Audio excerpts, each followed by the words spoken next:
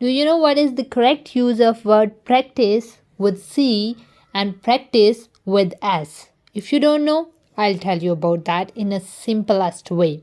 So practice with C is a noun. Simply in British English, practice with C is a noun. While on the other hand, practice with S is a verb or is a doing word. In simple words, we can say that it is an action which we do. So practice, wherever you will see practice or wherever you have to use the word practice with C, you have to keep this thing in your mind that it should be noun. And wherever you will use the word practice with S, it should be a doing verb and it should be a action. I'll give you example. So she practices the violin every day. Now this is a practice word with the S.